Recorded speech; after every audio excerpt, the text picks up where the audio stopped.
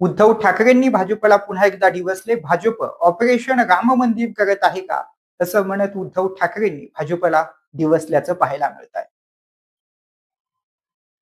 म्हणजे असं जर का मी म्हटलं की आज जी काही दरोडेखोरी चाललेली आहे, राजकीय पक्ष फोडले जात आहेत, आमदार खासदार चोरले जात आहेत, खरेदी विक्री होते, याला ऑपरेशन नाव दिले जाते. ऑपरेशन हे ऑपरेशन ते. मग आता हे ऑपरेशन राम मंदिर भाजपा करते का, हा एक महत्वाचा मुद्दा आहे. आणि म्हणून मला असं वाटतं की या सगळ्या बातम्या दाखवल्या जात असतील नसतील, बातम्या छापून येत असतील नसतील, पण चोरी तर होते.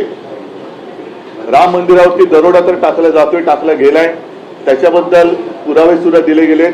काही जणांचं म्हणणं असं आहे की त्या चोरीचा पैसा हा इतर पक्ष फोडण्यासाठी वापरला जातोय. हे फार गंभीर आहे. आणि जसं एकदा अटल बिहारी वाजपेयी म्हणाले होते, जेव्हा मी सांगितलं ना 90चा काळ होता की अब हिंदू मार नहीं खाएगा, तसं आज मी म्हणतोय की अब हिंदू माफ नहीं करेगा.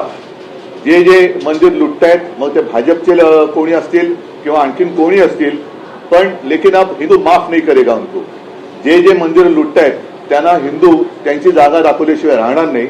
आणि त्याची सुरुवात आम्ही येत्या रविवारपासून करतो. येत्या रविवारी 5 तारखेला संध्याकाळी 4